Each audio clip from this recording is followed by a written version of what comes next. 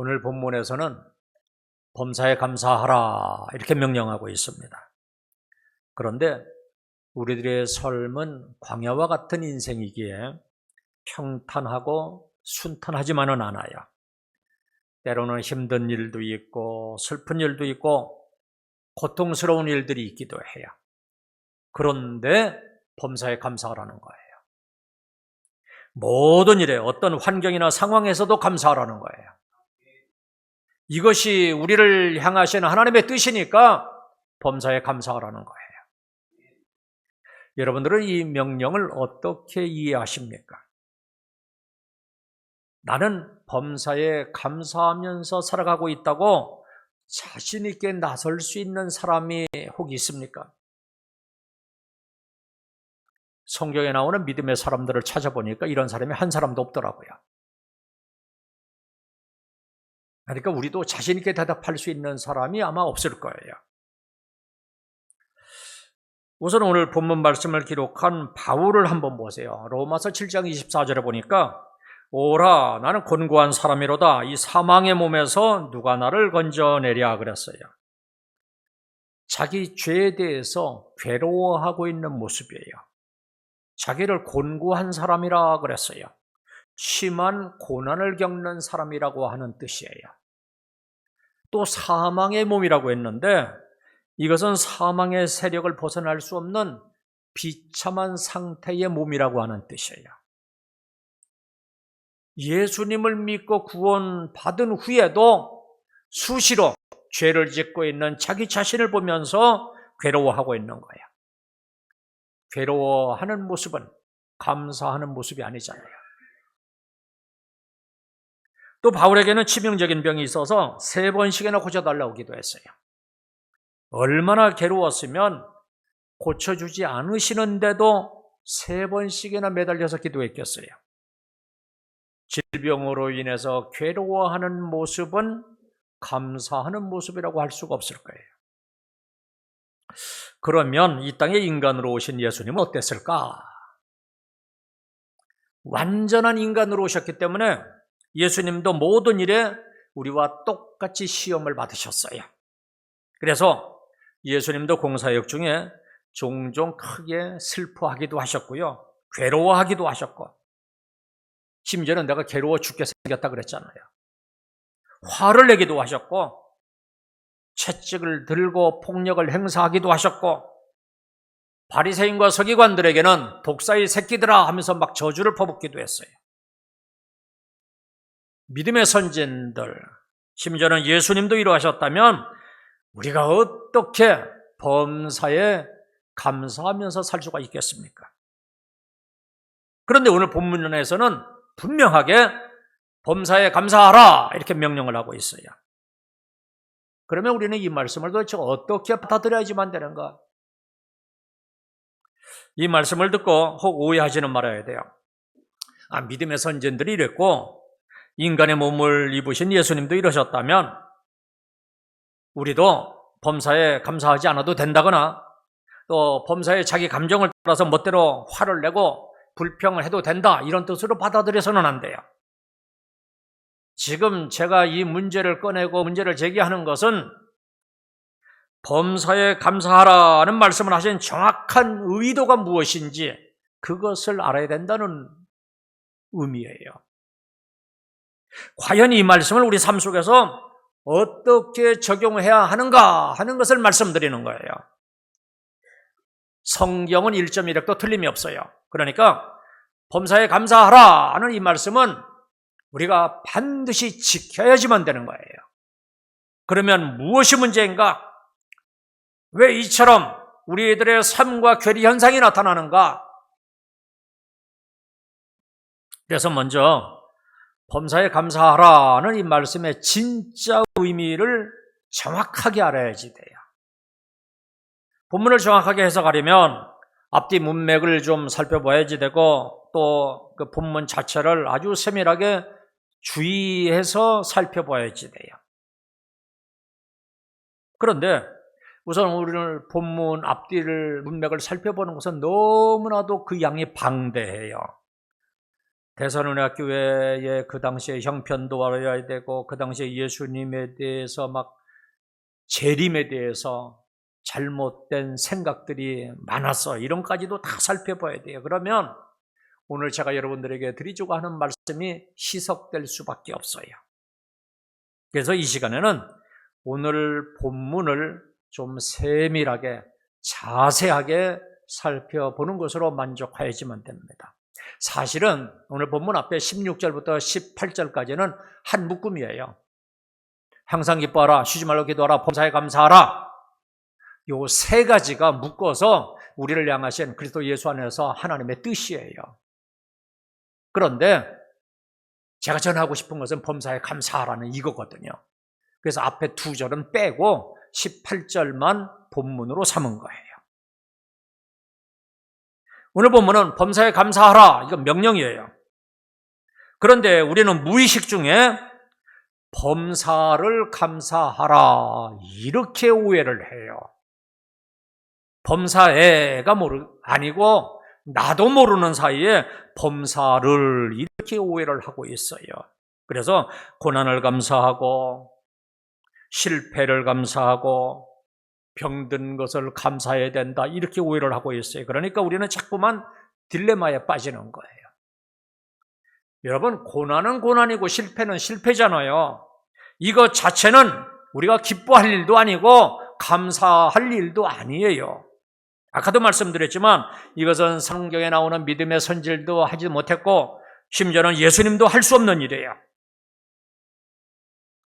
오늘 본문에서는 범사에 감사하라는 거예요.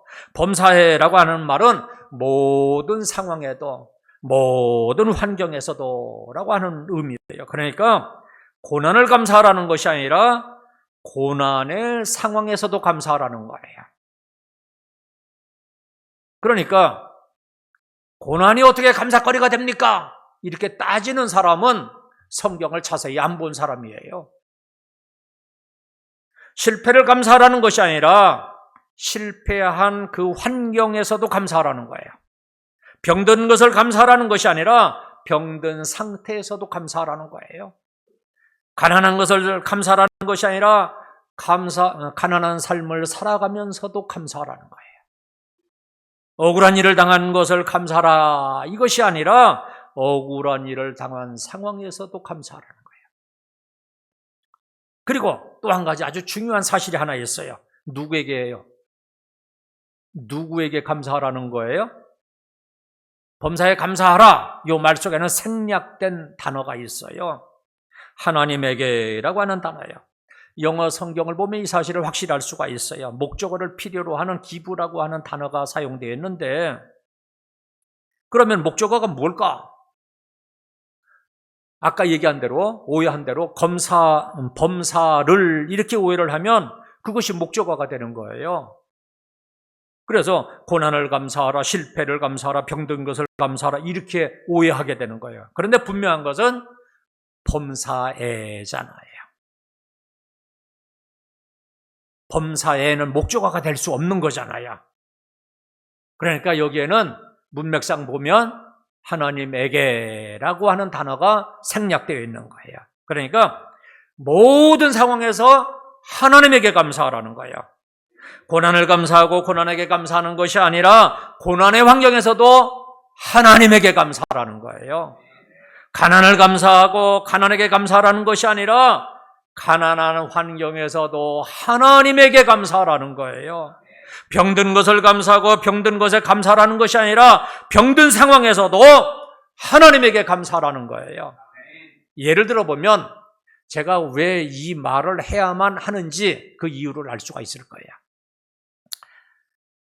컵에 물이 반이 남아 있어요. 그러니까 어떤 사람이 컵에 아직 물이 반이나 남아 있어 이렇게 긍정적인 생각으로 바꾸어서 감사하면 된다 이렇게 가르치기도 해요. 그런데 이렇게 되면 무엇이 문제가 돼요? 이것은 물이 아직 반이나 남아있다는 그 사실에 감사하는 것이지 하나님에게 감사하는 것은 아니잖아요. 또 이것은 생각을 그렇게 바꾸어야지만 하나님께 감사할 수 있는 것이 되잖아요. 그렇다면 생각을 바꾸지 못하면 고난 중에는 하나님에게 감사할 수 없게 돼요.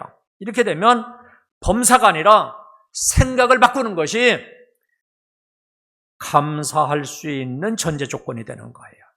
인간의 의지로 생각을 바꾸는 것이 전제가 되는 거예요. 이것은 본문 말씀의 의도와는 전혀 다른 것이 돼요.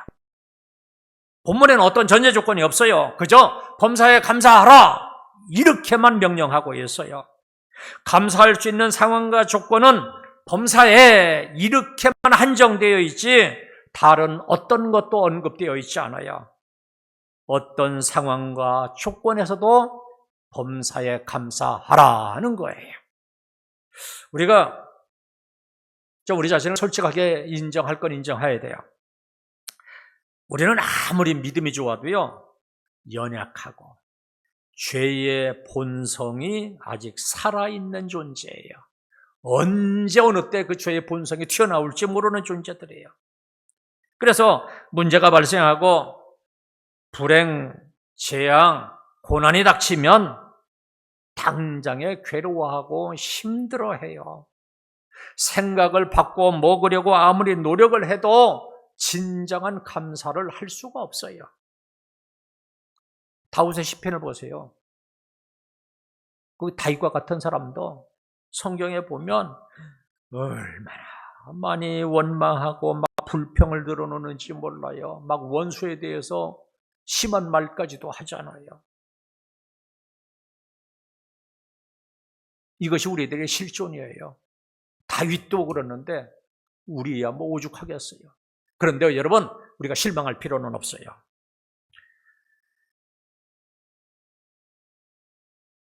하나님의 은혜로 원망과 불평으로 끝나지 아니하고요, 나중에는 찬양과 감사로 시편이 마무리되는 것을 볼 수가 있어요. 바울도 보세요. 고난을 당한 바울이 기도로만 끝나지 않아요. 자기 죄로 자신은 사망의 몸이 되었다 이렇게 한탄 후에 어떤 고백을 하고 있는가? 그 바로 다음 절 로마서 7장 25절에 보면 이렇게 말씀하고 있습니다. 우리 주 예수 그리스도로 말미암아 하나님께 감사하리로다. 그런즉 내 자신이 마음으로는 하나님의 법을 육신으로는 죄의 법을 섬기노라. 우선 바울은요, 그런 고난을 감사하는 것이 아니라 하나님께 감사하리로다 이렇게 고백을 하고 있고요, 그 다음에 또 반드시 예수 그리스도로 말미암아라는 말을 덧붙이고 있어요. 죄로 넘어졌지만 어떻게 이 문제를 바울이 해결했는가? 도덕적 양심과 의지로 이겨낸 것이 아니라 예수 그리스도로 말미암아 이겨낸 거예요. 어떤 흉악한 죄라도 진심으로 회개하면 용서해 주시는 그 예수님의 십자가의 긍휼을 붙들고 이겨낸 거예요. 바울의 현실적 고통이었던 고질병의 경우도 역시 마찬가지예요. 사탄의 가시라고 표현할 정도였으면 엄청난 고통이 따랐을 거예요. 3번 기도해서도 낫지 않았으니 그 병으로 오랫동안 고생했을 거예요. 이러한 상황에서 바울이 결국에는 어떤 고백을 하고 있는가? 고린도후서 12장 9절에 보면 나에게 이르시기를 내 은혜가 내게 족하도다. 이는 내 능력이 약한 데서 온전해짐이라 하신지라. 그러므로 도리어 크게 기뻐함으로 나의 여러 약한 것들에 대하여 자랑하리니 이는 그리스도의 능력이 내게 머물게 하려 함이라.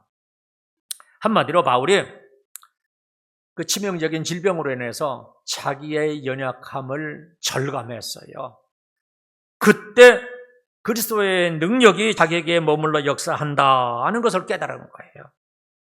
이러한 영적인 진리를 깨닫자 바울은 오히려 그 아직 연약한 상태 그 상황에서도 크게 기뻐하면서 자랑한 거예요. 이처럼 정말로 하나님께 감사해져야지만 범사에 감사할 수 있는 거예요. 그래서 오늘 본문에서는 범사에 감사하는 것이 우리를 향하시는 하나님의 뜻인데 그리스도 예수 안에서 라고 분명하게 말씀하고 있어요. 우리의 의지나 노력으로 되는 것이 아니라 그리스도 예수 안에서 범사에 감사할 수 있기 때문입니다. 이것이 고난 중에 어떻게 해야만 진정한 감사를 할 수 있는지 그 성경적인 원리예요. 그러면 바울이 왜 이 말씀을 지금 우리에게 하고 있는가? 우리들은 그리스도 예수 안에서 구원받은 하나님의 자녀들이잖아요. 그리스도 안에서 우리는 하나님과 화목한 자들이 되었잖아요. 뿐만 아니라 그리스도 예수님이 이제는 성령으로 우리 속에 내주해 계십니다. 어떤 상황에서도 우리 속에 우리와 함께 동행하십니다. 이러한 진리를 확실하게 믿는다면 우리는 능히 어떤 상황에서도 그리스도 예수를 믿고 맡기고 감사할 수 있게 되는 거예요. 그러니까 상황이나 환경이 아니라 그리스도 예수 안에 있느냐 하는 것이 감사할 수 있게 하는 거예요. 그리스도 예수 안에 있기만 하면 우리들은 어떤 상황에서도 믿고 감사할 수 있게 돼요. 극단적인 예를 한번 들어보면요, 초대교회 성도들을 보세요. 저들은 막 화형을 당합니다. 불에 태워서 죽임을 당해요. 사자밥이 되기도 해요. 그러면서도 하나님께 감사하고 찬양할 수 있었어요. 불에 타고 맹수의 밥이 되는 그 순간이 얼마나 두렵고 고통스러웠겠습니까? 그러니까 그 일 자체를 감사한 것이 아니라 그리스도 예수 안에서 구원받았으니 이제는 내가 순교를 당해도 하나님 나라에 들어가는 것이기 때문에 찬송하고 감사할 수 있었던 거예요. 그렇다면 우리들도 그래도 예수 안에 있어야지만 범사에 감사할 수 있는 거예요. 억지로 감사하려고 하기보다는 범사에 그리스도 예수 안에 있어야지 돼요. 고난이 닥치면 우리들은 언제든지 이 괴로운 이 모습을 가지고 그대로 하나님 앞에 가지고 나와서 울부짖으면서 예수 그리스도의 이름으로 기도해도 돼요. 나의 형편을 그대로 아뢰고 하나님 앞에서 나의 힘든 것을 좀 표현하기도 하고 슬픈 것을 표현해도 되고 나의 마음의 상태를 표현해도 되는 거예요. 우리들이 힘들면 그렇게 하라고 예수님께서 십자가에서 대신 죽어주신 거예요. 그러니까 고난이 닥치면 억지로 감사하려고만 하지 말고 어찌하든지 나는 그리스도 예수 안에 있으려고 몸부림치면서 기도해야지 돼요. 이것이 진실로 범사에 감사하는 비결이기 때문이에요. 그렇다면 우리가 추수감사절 전주에 특별 새벽 기도회를 합니다. 그러니까 이때 예수 그리스도의 이름으로 몸부림치면서 기도해서 우리들의 문제를 해결하고 그래서 진실로 범사에 감사할 수 있는 자들이 되시기를 주님의 이름으로 축원합니다. 11월은 감사의 계절이에요. 이 감사의 계절에 예수 그리스도를 생각하시기를 바랍니다. 그분이 나를 위해서 행하신 일을 기억하고 지금도 나를 위해서 쉬지 않고 일하고 계시는 것을 믿으시기를 바랍니다. 그래서 어떤 상황에서도 범사에 감사하는 저와 여러분들이 다 되시기를 주님의 이름으로 축원합니다. 그러면 왜 하나님은 우리에게 범사에 감사하라고 하셨는가? 왜 우리들이 범사에 감사하는 것이 하나님의 뜻이 되는가? 이 감사는 하나님께 나아가는 문이기 때문에 그래요. 시편 100편 4절입니다. 감사함으로 그의 문에 들어가며 찬송함으로 그의 궁정에 들어가서 그에게 감사하며 그의 이름을 송축할지어다. 다윗의 노래예요. 다윗은 누구보다도 인생의 수많은 위기와 아픔을 경험한 사람이에요. 장인 되는 사울왕과 그 군대들에게 쫓겨다녔어요. 그것도 10년이 넘도록 그렇게 했어요. 목숨을 부지하려고 이방 나라에서는 침을 흘리면서 미친 채 하기도 해서 살아났어요. 때로는 원수들로부터 둘러싸여 정말로 진퇴양난이었어요. 다윗은 이런 인생길에서 하나님 나라의 문을 활짝 열어잡히는 마스터 키를 발견하고 지금 찬양을 하고 노래를 하고 있는 거예요. 그 마스터 키가 뭐예요? 바로 감사였어요. 감사와 찬송은 하나님의 궁정에 들어가는 문이에요.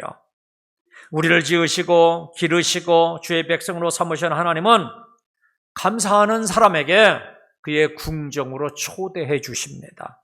감사하는 자만이 천국 잔치에 초대를 받아요. 감사하는 자만이 하나님이 예비하신 축복의 문으로 들어가요. 광야에서 원망하고 불평한 사람들, 가나안 땅에 들어간 사람 한 사람도 없어요. 천국은 오직 범사에 감사하는 자들에게 열려진 문입니다. 감사의 문을 통과한 자들은 주님과 함께 영광과 찬성을 올려드리는 축복의 삶을 살게 돼요. 그리고 또 한 가지, 감사가 하나님의 뜻이라. 이게 무슨 의미예요? 하나님의 가장 기뻐하시는 일이라는 거예요. 그러니까 우리가 감사하는 것을 하나님은 가장 기뻐하신다는 말이에요. 그렇다면 아무리 어렵고 힘들지라도 하나님에게 감사하시기를 바랍니다. 이것이 바로 하나님이 예비하신 궁정으로 들어가는 문이고 이 땅에서 주님이 주시는 위로와 평강과 기쁨을 누리는 비결입니다. 나를 구원하신 하나님, 여기까지 나를 지켜주시고 보호해 주시는 하나님, 앞으로 더 좋은 것으로 채워주실 주님이기 때문에 믿고 그 주님에게 감사하는 겁니다. 내 힘으로 내 능력으로 감당하기 어려워도 믿음으로 감사하시기를 바랍니다. 골로새서 2장 7절입니다. 믿음에 굳게 서서 감사함을 넘치게 하라. 보세요. 믿음에 굳게 서서 감사함을 넘치게 하라는 거예요. 이렇게 별빛을 주신 하나님께 감사하면 달빛을 주시고, 달빛을 주신 하나님께 감사하면 햇빛을 주시고, 햇빛을 주신 하나님께 감사하면 영원한 천국의 영광을 주시는 겁니다. 또 모든 일은 하나님의 선하게 인도하시기 때문에 범사에 하나님에게 감사하는 거예요. 잠언 16장 9절입니다. 사람이 마음으로 자기의 길을 계획할지라도 그의 걸음을 인도하시는 이는 여호와시니라. 하나님은요, 천지를 창조하시고 또 주관하시고 운행하시고 다스리는 분이세요. 우리가 아무리 탁월한 지혜를 가지고 우리의 길을 계획할지라도 그것을 이루시는 분은 하나님이세요. 다시 말하면 하나님이 도와주시지 않으면 우리는 아무 열매도 맺을 수가 없어요. 시편 127편 1절입니다. 여호와께서 집을 세우지 아니하시면 세우는 자의 수고가 헛되며 여호와께서 성을 지키지 아니하시면 파수꾼에 깨어있음이 헛되도다. 너희가 일찍이 일어나고 늦게 누우며 수고의 떡을 먹음이 헛되도다. 그러니까 모든 일은 하나님이 다 인도하시는 거예요. 그런데 하나님은 우리가 잘되게 하기 위해서 생명의 길로, 의의 길로, 진리의 길로 인도하시는 거예요. 그렇기 때문에 우리는 그 하나님의 인도하심을 믿고 범사에 하나님에게 감사하는 거예요. 그런데 때로는요, 하나님이 우리를 어렵고 힘든 길로 인도하실 때도 있어요. 광야의 길로 인도하실 수도 있어요. 그러나 그것도 사실 나중에 보면 하나님의 선하신 뜻이 다 있기 때문에 그 길로 인도하는 거기 때문에 우리는 그저 범사에 감사하면서 살아가면 되는 거예요. 요셉을 보세요. 요셉은 어려서부터 아버지의 사랑을 좀 유별나게 독차지했어요. 2번씩이나 꿈을 꾸고는 그것을 말하니까 형제들이 시기하고 미워했어요. 그런데 어느 날 보니까 아버지의 심부름으로 요셉이 오는데 요셉이 꾼 꿈이 과연 어떻게 되는지 보자 하면서 요셉을 잡아 죽이려고 하다가 나중에는 이제 노예로 팝니다. 그래서 이후에 보면 요셉은 극심한 고난의 삶을 살게 돼요. 보디발의 집에서 종살이를 하게 되고 그러다가 억울하게 누명을 쓰고 감옥에 갇히기도 해요.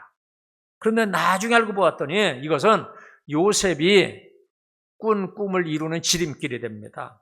감옥에서 술 맡은 관원장을 만나게 되고 그 사람의 주선으로 바로 왕의 꿈을 해몽하게 됩니다. 꿈을 해몽함으로 인해서 바로 왕의 감동을 해가지고 그 자리에서 애굽의 총리로 임명합니다. 이때 요셉의 나이가 30세였습니다.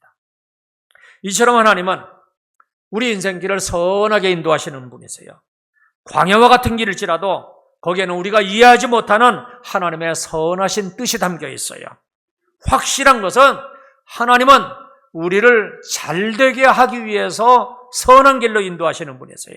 그렇다면 지금은 광야와 같은 인생길일지라도 그 길에서도 하나님을 믿고 그 하나님에게 감사하는 삶을 사시기를 바랍니다. 로마서 8장 28절 말씀입니다. 우리가 알거니와 하나님을 사랑하는 자 곧 그의 뜻대로 부르심을 입은 자들에게는 모든 것이 합력하여 선을 이루느니라. 우리들은 하나님을 믿고 사랑하는 자들이에요. 하나님의 뜻대로 부르심을 받은 자들이에요. 그 증거가 뭐예요? 우리가 지금 이 시간에 나와서 예배드리고 있다는 사실이 증거가 돼요. 그렇다면 하나님은 우리의 모든 것이 합력하여 선이 되게 해주시는 거예요. 심지어는 우리가 실수한 것까지도 합력하여 선이 되게 하시는 분이세요. 그렇다면 그 하나님을 믿고 소망을 가지고 하나님께 감사하는 삶을 사시기를 바랍니다. 그런데 어떤 분들은요, 범사에 감사하는 것이 너무나 어렵다 그래요. 맞는 말이에요. 결코 쉽지는 않아요. 머리로는 이해가 되는데 우리의 삶으로는 도무지 이해가 안 돼요. 그런데 쉽게 되는 비결이 있어요. 어떤 상황에서도 그리스도 예수 안에 있으면 돼요. 성령으로 내주하시는 그리스도 예수와 우리들은 동행하고 있어요. 여기 범사에 감사한다는 것은 배워서 되는 것도 아니고 노력해서 되는 것도 아니고 외워서 되는 것도 아니에요. 본성으로 되는 것도 아니에요. 환경이 도착하고 저절로 그렇게 감사하는 것도 아니에요. 내가 그리스도 예수 안에 있으면 돼요. 성령으로 찾아오시는 예수님을 만나면 되는 거예요. 내 안에 예수님의 생명이 있으면 되는 거예요. 내 안에 하나님이 주신 마음이 있으면 되는 거예요. 고린도후서 5장 17절입니다. 누구든지 그리스도 안에 있으면 새로운 피조물이라. 이전 것은 지나갔으니 보라 새 것이 되었도다. 누구든지 그리스도 예수 안에 있으면 새로운 피조물이 된다 그랬어요. 새로운 피조물이라는 말은 새로운 사람이 된다는 말이에요. 우리가 그리스도 안에 있으면 주님도 성령으로 우리 안에 거하십니다. 성령이 내주하시는 것은 하나님이 내 안에 거하시는 거예요.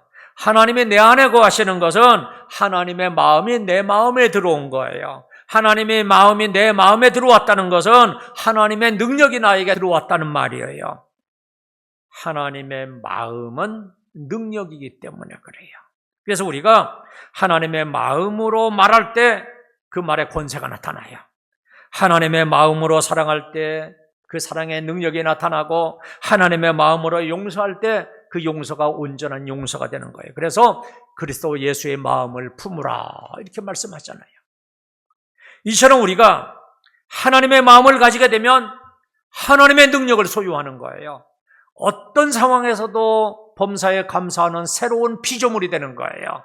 힘들고 어렵고 눈물 흘리고 고통 가운데 있을지라도 범사에 감사할 수 있게 됩니다. 저는 이 말씀을 너무나도 잘 알고 있어요. 제가 신학대학원에 입학을 하니까 하나님의 가장 먼저 하시는 일이 있더라고요. 경제적으로 저를 너무나도 어렵게 했어요. 제가 얼마나 어려웠는지요. 그전에는 제가 엄청 잘 살았거든요. 우리 교회에서 11조 이거 제일 많이 했던 사람인데 얼마나 저 어렵게 저를 몰아넣으시는지. 일반 주택에 반지하, 단칸방인데 이게 반지하더라고요. 거기다가 막 몰아넣으시는데 우리 부모님 두 분 몰아넣으시죠. 우리 두 부부 몰아넣죠. 다 큰 우리 아들, 딸도 거기다가 함께 살게 하죠. 그렇게 살았다니까요. 그렇게 바짝 조이셔서 제가 10개월 동안을 꼼짝달싹 못하게 되었어요. 그런데 여러분 놀라운 사실은 저는 이 기간 동안에 늘 울면서 다녔어요. 너무나도 기뻐서 울면서 다녔어요. 길을 가면서도 울고 버스를 타도 이거 자꾸 울고 전철 속에서도 그 많은 사람이 보는데도 왜 이렇게 눈물이 나는지 울면서 다녔어요. 그저 무엇을 보든지 기뻐서 나도 모르게 눈물이 나서 감사 기도를 하면서 다녔어요. 그러니까 다른 사람이 보기에는 이 사람은 어떤 사람이 멀쩡한 사람이 보니까 울면서 뭔가 중얼중얼거리니까 미쳤구나 이렇게 생각했을 거예요. 하기야 그런 환경에서도 울면서 감사하다고 중얼거리면서 살았으니까 미치긴 미친 거죠. 이 기간 동안에는 제가 경제적으로 너무나도 어려웠어요. 하지만 하나님이 함께 하시면서 저에게 막 당신을 나타내 보여주시는데 그 기쁨이 너무 커서 제가 주체할 수가 없었어요. 그래서 환경적으로는 고난이었지만 제 속에서는 너무나도 기뻐서, 여러분 하나님이 임재하실 때 그 기쁨은 여러분 아시죠? 경험하신 분들은 다 알 거예요. 그 기쁨은 세상의 기쁨과는 비교할 수가 없어요. 감사의 눈물이 저절로 나올 수밖에 없어요. 그러니까 우리들은 어떤 환경 가운데서도 내가 예수 그리스도 안에 있기만 하면 이렇게 범사에 감사할 수 있는 사람이 될 수가 있어요. 감사할 수만 있다면 그 후에는 축복의 문이 열립니다. 저도 그 고난을 10개월 만에 졸업을 했어요. 그 후에는 하나님께서 선하게 인도를 해주셔가지고요. 그래서 10개월 뒤에는 이제 분양해 놓았던 저 고향에 있는 화정지구죠. 일산입니까? 화정지구에 우리 부모님 이제 입주해드렸고, 부모님 명의로다가 해가지고 입주해드렸고, 우리 집도 이사를 했고, 그리고 저도 예전에 타고 다니던 차를 또 도로 샀습니다. 콩고드에서요. 콩고드 아세요? 그 당시에는 꽤 좋은 차입니다. 그랜저랑 똑같은 급이에요. 그 당시에는 그랜저보다 더 좋은 차는 없었어요. 외제차 말고는. 그래서 신학교 1학년이 그 차 타고 다녔다고 했죠. 해제된 다음에는 뭐 신학생이라고 뭐 가난하게만 살아야 되는 거 없잖아요. 그죠? 목사님이라고 가난하게만 살아야 하는 법 없잖아요. 예수 믿는 사람들은 오히려 더 잘 살아야 되고 축복받아야 되잖아요. 이게 하나님이 기뻐하시는 일이잖아요. 모든 것이 합력하여 선이 되게 해주셨어요. 이것을 졸업하고 나니까. 그러니까 지금 감사하지 않는 사람은 환경이 좋아져도 감사하지 못합니다. 지금 어떤 환경 가운데 있든지 감사하는 것이 중요해요. 지금 이 시간에 범사에 감사하라, 이 주님의 음성을 들으시기를 바랍니다. 이것이 그리스도 예수 안에서 우리를 향하신 하나님의 뜻이다, 이런 음성을 들으시기를 바랍니다. 그 음성을 듣고 이 시간 우리가 범사하기로 소원하고 결단하기만 하면 내주하시는 하나님이, 성령 하나님이 도와주실 것입니다. 이루어 가실 거예요. 그래서 지금 어떤 환경 가운데 있든지 진실로 하나님에게 범사에 감사하는 사람이 될 수 있기를 주님의 이름으로 축원합니다. 그냥 기도하겠습니다.